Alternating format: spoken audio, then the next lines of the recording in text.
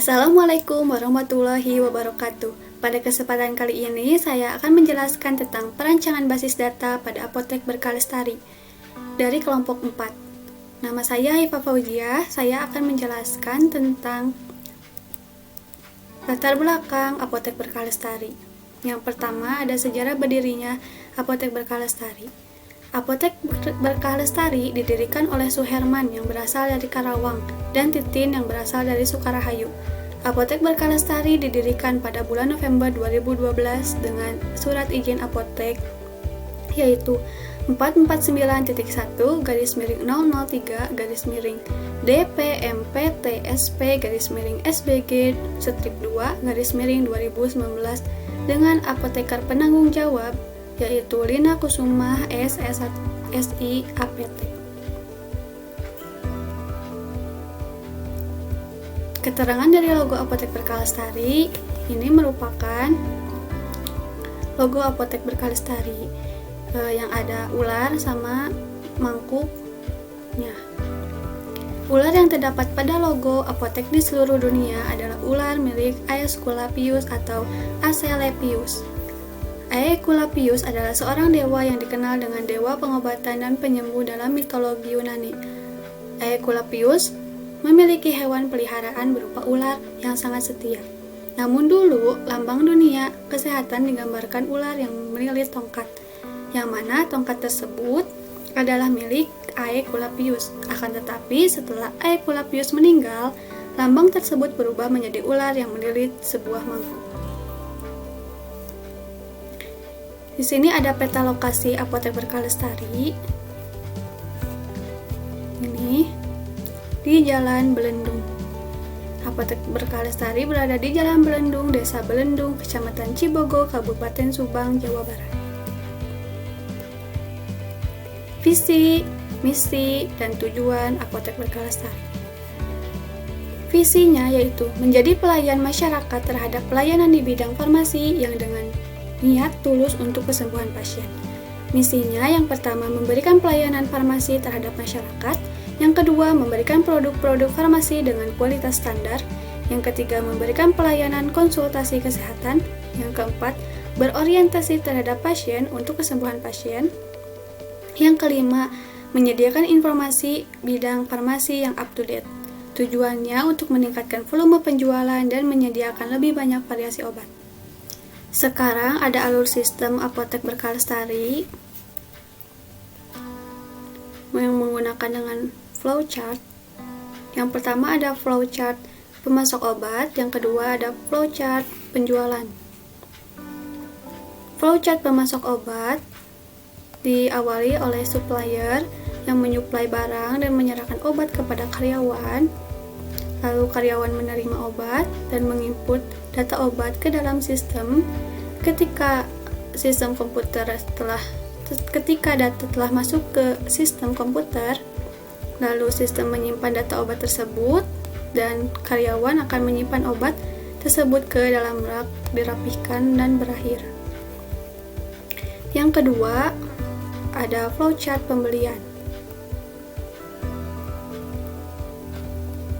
yang diawali ketika customer datang dan karyawan akan melayani customer dan menanyakan obat, dan customer akan menanyakan obat kepada karyawan, lalu karyawan akan mengecek persediaan obat tersebut. Jika tidak tersedia, maka akan berakhir di karyawan. Jika obat tersebut tersedia, maka akan melakukan transaksi antar karyawan dan customer. Setelah itu, karyawan akan menginput obat tersebut ke dalam sistem, dan ketika data tersebut telah masuk ke dalam sistem dan harga obat keluar, maka customer akan membayar obat tersebut dan karyawan akan menerima uang tersebut. Lalu sistem akan mendeteknya lunas. Lalu setelah lunas di dalam sistem tersebut, maka karyawan akan menyerahkan obat tersebut dan customer akan menerima obat dan berakhir. Penjelasan selanjutnya akan dijelaskan oleh Ulfa. Halo, perkenalkan nama saya Ulfatul Uyun. Di sini saya akan melanjutkan presentasi tentang perancangan basis data yang ada di Apotek Berkah Lestari yang sebelumnya dijelaskan oleh Haifa Fauziah. Baik, di sini saya akan menjelaskan mengenai ERD atau Entity Relationship Diagram pada perancangan basis data Apotek Berkah Lestari. Dalam ERD terdapat entity yaitu karyawan, transaksi, pembeli, supplier, obat, dan tempat truk. Di dalam entity terdapat beberapa atribut. Yang pertama, entity karyawan memiliki atribut nama karyawan, ID karyawan sebagai primary key, tempat tanggal lahir.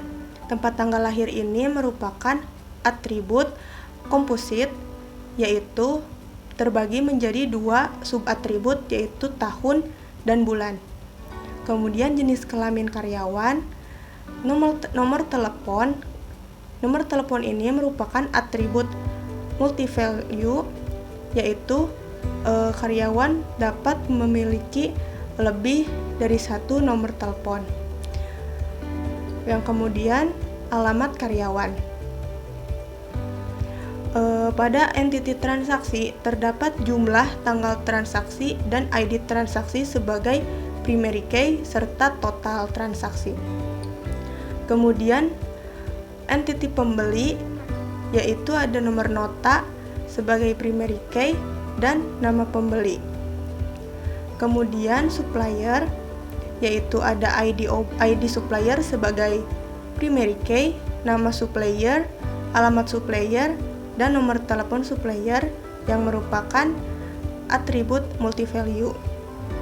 Kemudian entity obat, yaitu ada ID obat sebagai primary key, tanggal kadaluarsa, jenis obat, nama obat, dosis obat, dan harga. Yang terakhir yaitu tempat truk yang memiliki satu atribut, yaitu nomor tempat truk yang sebagai primary key. Entity ini memiliki relationship. Yang pertama, karyawan dengan transaksi one to many, transaksi dengan pembeli many to many, transaksi dengan obat many to many, obat dengan supplier many to many, dan obat dengan tempat truk one to one.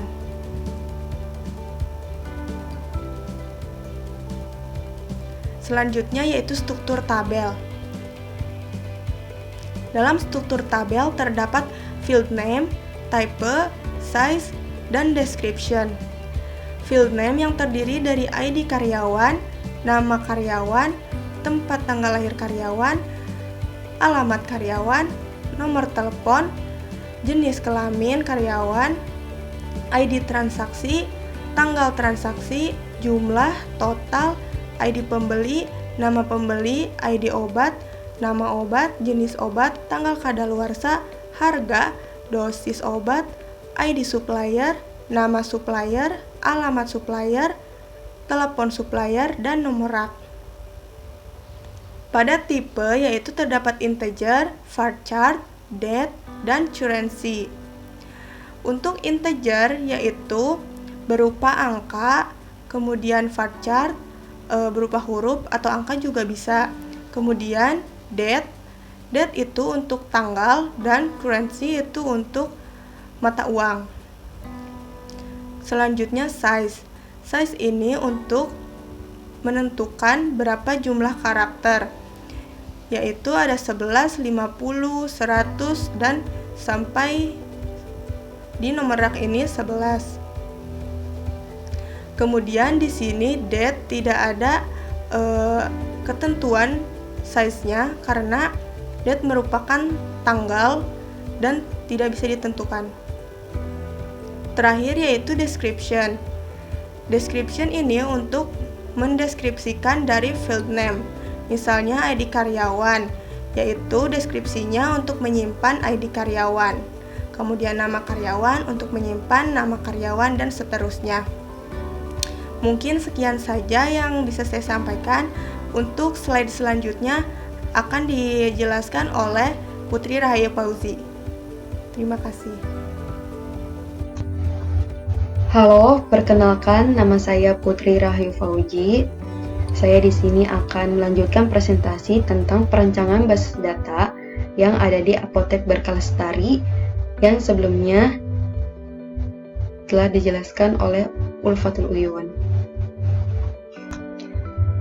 Relasi tabel. Terdapat beberapa tabel, yaitu tabel rak, primary key-nya yaitu nomor tempat rak, ada tabel obat, primary key-nya yaitu ID obat, ada tabel supplier, primary key-nya yaitu ID supplier, ada tabel transaksi, primary key-nya yaitu ID transaksi, ada tabel karyawan, primary key-nya yaitu ID karyawan, ada tabel customer, primary key-nya yaitu nomor nota.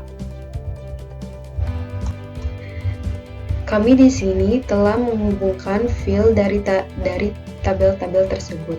Nah, di sini ada tabel rak dengan tabel obat dengan relasinya yaitu ID obat. Di sini ada one to many. Kenapa one? Ya karena primary key tidak ada yang sama. Terus di sini juga ada tabel supplier dengan tabel obat dengan relasinya yaitu ID supplier. Terus juga di sini ada tabel obat dengan tabel transaksi, relasinya yaitu ID obat. Terus juga di sini ada tabel transaksi dengan tabel karyawan, relasinya yaitu ID karyawan. Terus juga di sini ada transaksi dengan customer dengan relasinya yaitu nomor nota.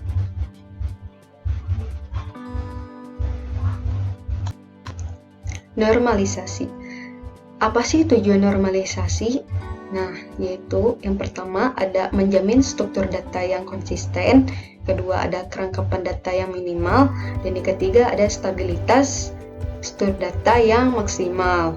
Nah, di sini ada bentuk 1NF yang dimana tidak ada set atribut yang bernilai ganda atau berulang. Nah, di sini ada ID supplier, nama supplier, alamat supplier, nomor tempat rak, telepon supplier, ID karyawan, nama karyawan.